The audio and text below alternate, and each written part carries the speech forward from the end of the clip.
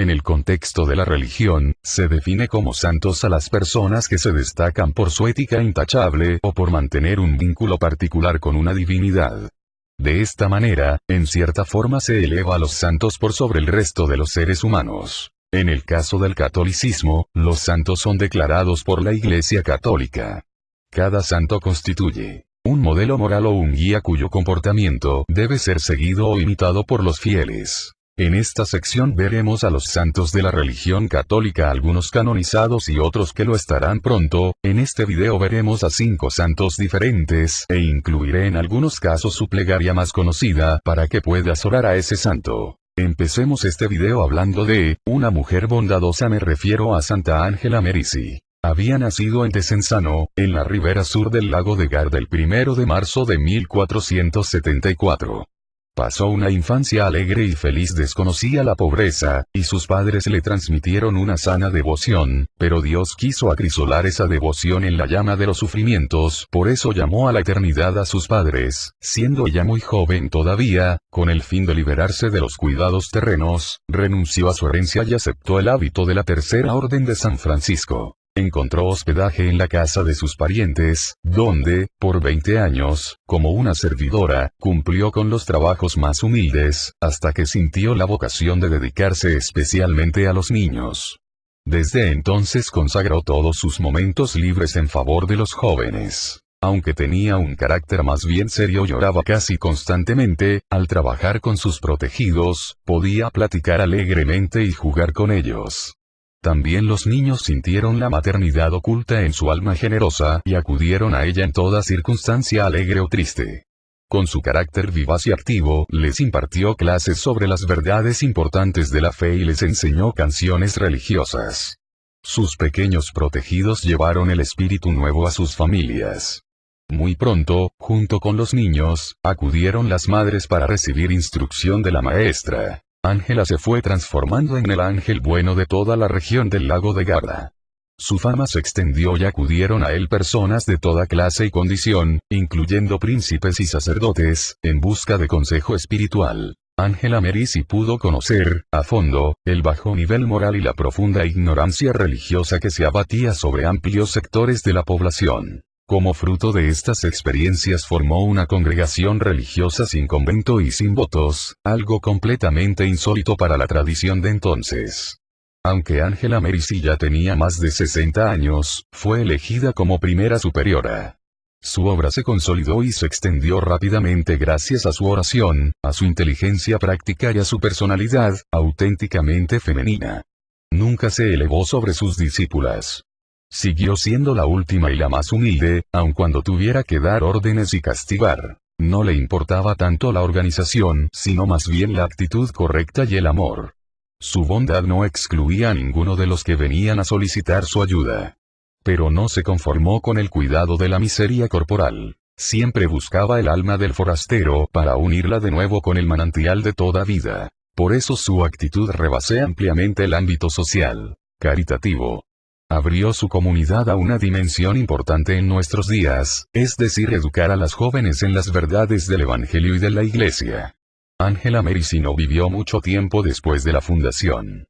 En el invierno de 1539, la fiebre la postró en el lecho y falleció súbitamente el 27 de enero de 1540, en Brescia. En 1807 fue canonizada y su carisma educativo en las escuelas católicas influyó también en América Latina. Oración. Padre misericordioso, que en la vida de Santa Ángela Merici nos has dado un modelo de caridad prudente y valerosa, haz que, por medio de su ejemplo e intercesión, podamos comprender y vivir la fuerza renovadora del Evangelio. Por nuestro Señor Jesucristo. Amén. Continuamos el video hablando de Santo Tomás de Aquino, presbítero y doctor de la Iglesia. Tomás de Aquino descubrió que la profesión que le dictaba su corazón, era la de querer vivir una comprensión y glorificación de Dios a través de la ciencia. Por esta razón se incorporó a la Orden de Santo Domingo, en Nápoles, a los 18 años. Nuestro santo jamás olvidó, durante sus investigaciones, la grandeza y elevación del mundo sobrenatural, muy por encima de cualquier comprensión de la mente humana. El cuerpo tenía que darse por satisfecho diariamente con unas pocas horas de sueño y con una sola comida, para que el espíritu pudiera elevarse más libremente.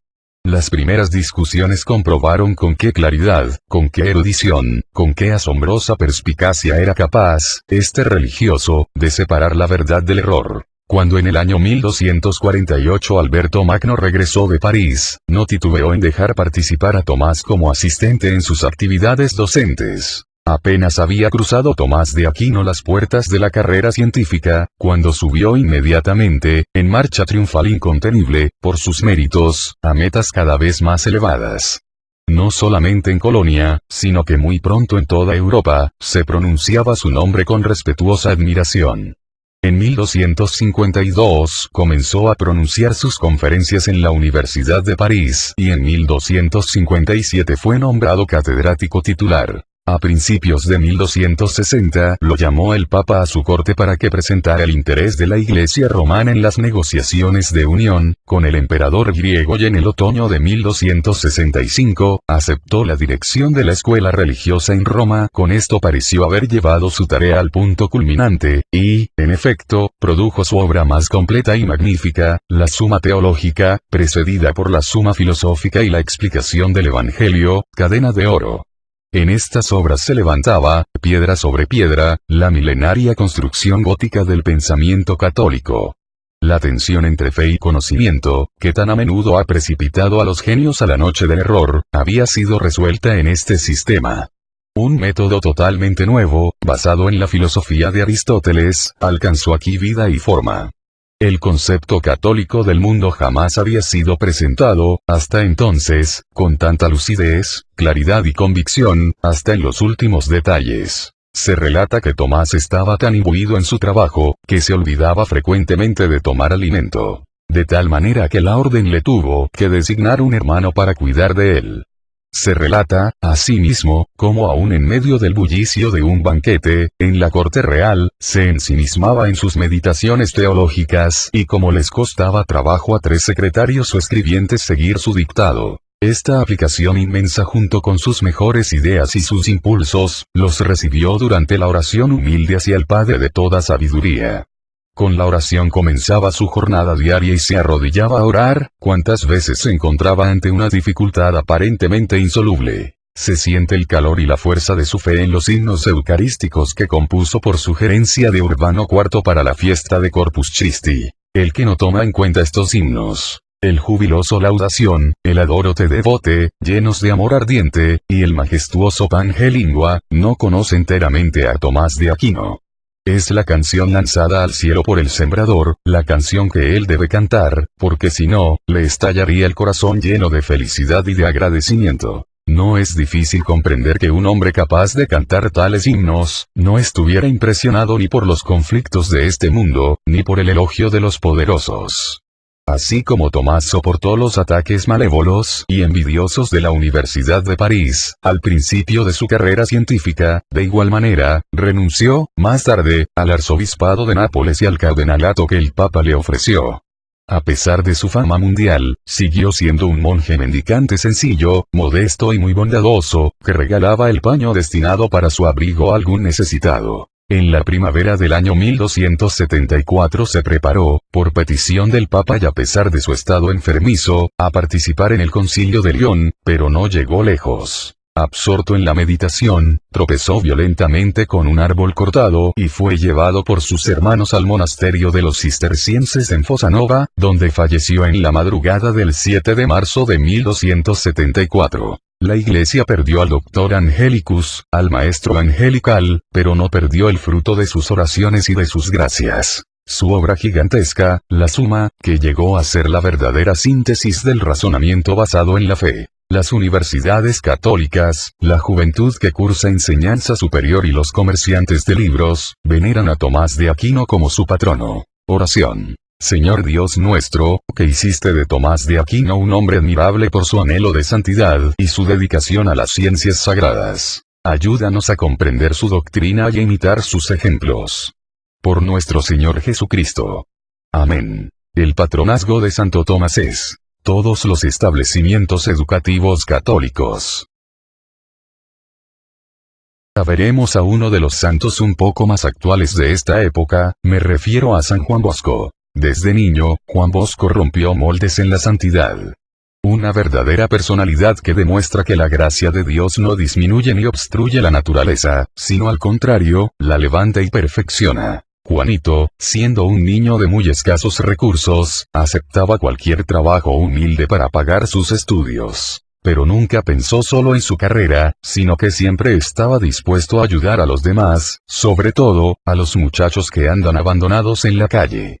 Por ellos y para ellos, cantaba, jugaba, aprendía trucos de prestidigitación y con frecuencia los invitaba al templo parroquial, para rezar todos juntos. A los 20 años de edad entró en el seminario de Chieri y fue ordenado sacerdote en 1841. Desde el principio de su trabajo sacerdotal, buscó a los marginados, presos, enfermos, soldados y en particular a los muchachos abandonados de Turín. Su principio espiritual era: el demonio nunca descansa para hacer daño a las almas. Por eso tampoco yo puedo descansar en mi obra de salvación. Su método era, a través de la confianza, establecer un orden libremente aceptado por los muchachos, evitarles las ocasiones y las compañías malas, creando alrededor de ellos un ambiente de sana alegría. Los muchachos aceptaron al Padre, su regla de vida y lo amaron con verdadera gratitud. Sin medios económicos, Juan Bosco consiguió levantar hospicios, talleres y la construcción de un templo en honor de la Santísima Virgen. No se le comprendió, al principio, en su apostolado. Algunos prelados de Turín trataron de llevarlo en una carroza hasta el manicomio. El ingenio de nuestro santo logró dar una buena lección a aquellos eclesiásticos, puesto que escapó de la carroza, que llegó al manicomio sin él. Y jamás dudaron, en adelante, de la integridad de sus cualidades mentales. La idea de fundar una congregación para el cuidado espiritual y material de los muchachos, finalmente fue aceptada por el Papa Pío IX, en 1858. Por la prudente dirección de San Juan Bosco, las escuelas y seminarios obtuvieron tanto éxito que, durante la vida del santo, surgieron unas 2500 vocaciones sacerdotales y la fundación de una congregación de hermanas de María Auxiliadora. También promovió las vocaciones tardías para el sacerdocio en el mundo obrero. En el conflicto entre Estado e Iglesia, nuestro santo atacó, con valor, la intención de la masonería de suprimir toda la obra educacional católica y excluir a la Iglesia de la vida pública de la nación. El santo enseñó que esa actitud discriminatoria era una clara violación de los derechos divinos y humanos. Hasta los ateos lo respetaron por su sinceridad, por su entrega noble a la causa de los más pobres y por su pobreza personal. Así pudo, por algunos años, actuar como intermediario confidencial entre gobierno e iglesia. Murió el 31 de enero de 1888 y con él se cumplió lo que él mismo había previsto. Quien muere en el campo del trabajo, atrae 100 más que lo reemplacen. En el año de la muerte del fundador, los salesianos contaban ya con 200 casas religiosas, en las cuales atendían a un total de 2,000 alumnos. Oración colecta. Dios nuestro, que en la persona de San Juan Bosco otorgaste a la juventud un padre y un maestra, enciende nuestro corazón con el mismo amor con que encendiste el suyo, para que en la entrega total a los demás, busquemos servirte solo a ti. Por nuestro Señor Jesucristo, amén. Continuamos con una persona que fue una eminencia en México, me refiero a Ramón Ibarra y González. Fue el último obispo y el primer arzobispo de Puebla. Nació el 22 de octubre de 1853 en Olinalá, que entonces pertenecía al obispado de Puebla, y perteneció a la diócesis de Chilapa de la que también fue su obispo, actualmente pertenece a la diócesis de Trapa. Murió el 30 de enero de 1917. En proceso de canonización ante la Santa Sede con el título de Venerable de la Iglesia Católica. Hizo sus estudios de instrucción primarios en Izúcar de Matamoros y Puebla. Fallecido su padre es llevado por su madre a Catlán de Osorio donde aprende los rudimentos del latín con el padre José María Cáceres. Ingresó en el Seminario Conciliar Palafoxiano de Puebla del que fue alumno, profesor y superior.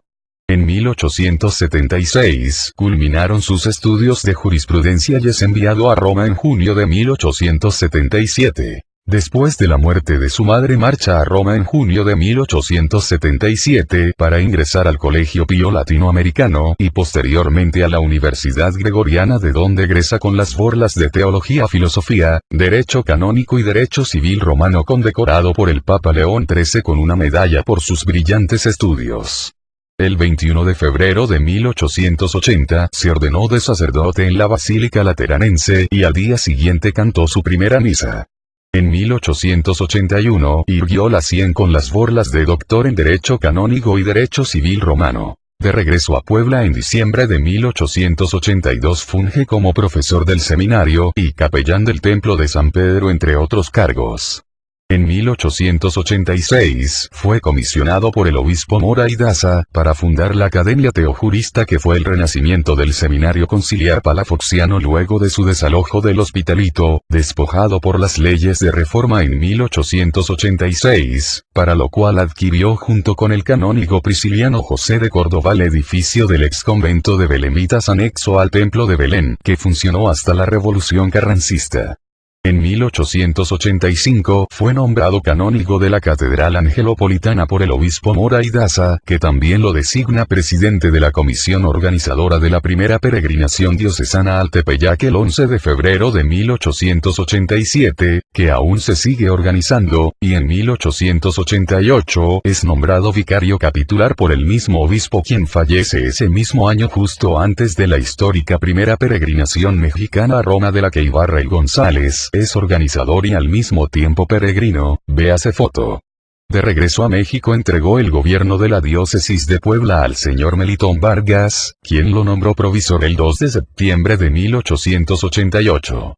Elige a la Compañía de Jesús para su superación espiritual en la casa de Loyola, España, donde lo sorprende el anuncio de su preconización como obispo de la diócesis de Chilapa. Es consagrado en Roma el 5 de enero de 1890 en la capilla del nuevo Colegio Pío Latinoamericano. La diócesis de Chilapa abarcaba todo el estado de Guerrero cuando Monseñor Ibarra y González tomó posesión en julio de 1890, gobernándola por espacio de 11 años en los que, en medio de dificultades, fundó junto a la católica seglar Concepción Cabrera de Armida el movimiento del Apostolado de la Cruz, siendo avalado por el Papa León XIII el 3 de mayo de 1895 y confiado a los misioneros del Espíritu Santo por el Papa Pío XI el 9 de julio de 1926. Fundó el Colegio del Sagrado Corazón de Jesús para niños y jóvenes, e inició las obras de la Catedral de Chilapa de grandes dimensiones, empero fue destruida por un incendio en el año de 1930. Fundó la Congregación de Misioneros Guadalupanos con miras a la evangelización y civilización de las razas indígenas. Tuvo que dejar su ministerio en Guerrero, pues el Papa León XIII lo había nombrado obispo de Puebla, tomando posesión el 6 de julio de 1902. En el año de 1902 Ibarra y González fue trasladado al obispado de Puebla, en donde tomó posesión el 6 de julio. El Papa Pío X, por bula del 8 de febrero de 1904, mandó que se erigiese en arquidiócesis la sede episcopal de la Puebla de Los Ángeles, con supresión del título que tenía de Tlaxcala, que tenía en la jerarquía católica. Por esa razón Ibarra y González fue el último obispo de la diócesis de Tlaxcala o Puebla de Los Ángeles, y el primer arzobispo de Puebla. El 8 de febrero se ejecutó la bula por el arzobispo de México Próspero María Alarcón y Sánchez de la Barquera. En diciembre de 1904 la Catedral de Puebla fue elevada a Basílica Menor. El 30 de enero de 1917 en la sede de México, rodeado de algunos de sus fieles sacerdotes y en estrecho catre, dictó a sus colaboradores su testamento: la adhesión a la Santa Sede, la devoción a la Virgen de Guadalupe, la fidelidad al Espíritu Santo, al Sagrado Corazón de Jesús y a la Santa Cruz, fueron los puntos principales que tocó el arzobispo antes de morir, siéndole administrado el sagrado viático por el obispo de León, Valverde Telles. Murió víctima de diabetes el 1 de febrero de 1917, cuando aún México atravesaba por la vorágine de la revolución constitucionalista. Al finalizar este video hablaré de un magnífico ser humano, hablo de San Blas, obispo y mártir. De este santo obispo solo sabemos, con alguna certeza, que murió como mártir por Cristo en su propia sede episcopal, Sebastea, en Armenia, hoy Turquía, hacia el año 316. Todos los demás datos de su vida son legendarios y fueron recopilados hasta 400 años después de su martirio. Según esas tradiciones, San Blas era un obispo ejemplar que supo promover, junto con la evangelización, la atención caritativa hacia los pobres. Existe una versión de que fue médico y ayudó a todos, pobres y ricos, católicos y no católicos. Precisamente por esta razón, fue escogido como obispo por el mismo pueblo, al morir el pastor de la sede de Sebaste. Al estallar la persecución, los mismos fieles rogaron al obispo que se escondiera. Nuestro santo se retiró a una cueva de las montañas vecinas. Dicen que los mismos animales salvajes se acercaban al obispo ermitaño y reconocían instintivamente su bondad. Fue descubierto por unos cazadores paganos, quienes lo llevaron preso al gobernador agrícola de Capadocia. En la cárcel del lugar se le acercó, en cierta ocasión siempre según estos datos legendarios una mujer cuyo hijo estaba muriéndose de asfixia por el hueso de un pescado que le obstruía la garganta. El santo curó al niño. Por haber rechazado el sacrificio a los ídolos fue torturado en forma cruel. Por medio de una especie de peine metálico le fue quitada la piel y la carne de los huesos. Por fin lo decapitaron. En Europa Central San Blas se cuenta, desde la Edad Media, entre los taumaturgos más eficaces. Muchas iglesias y conventos llevan su nombre. En las regiones tradicionales católicas, el día 3 de febrero se reza la oración y bendición de San Blas, con 2 velitas cruzadas en forma de X, que se coloca sobre la garganta, para pedir a Dios la salud corporal. La fórmula ritual de la bendición es: por intercesión de San Blas, obispo y mártir, el Señor te libre del mal de la garganta y de cualquier otro mal en el nombre del Padre, del Hijo y del Espíritu Santo. Amén. Oración. Por intercesión del mártir San Blas, te suplicamos, Señor, que nos concedas tu paz en esta vida y tu auxilio para alcanzar la vida eterna.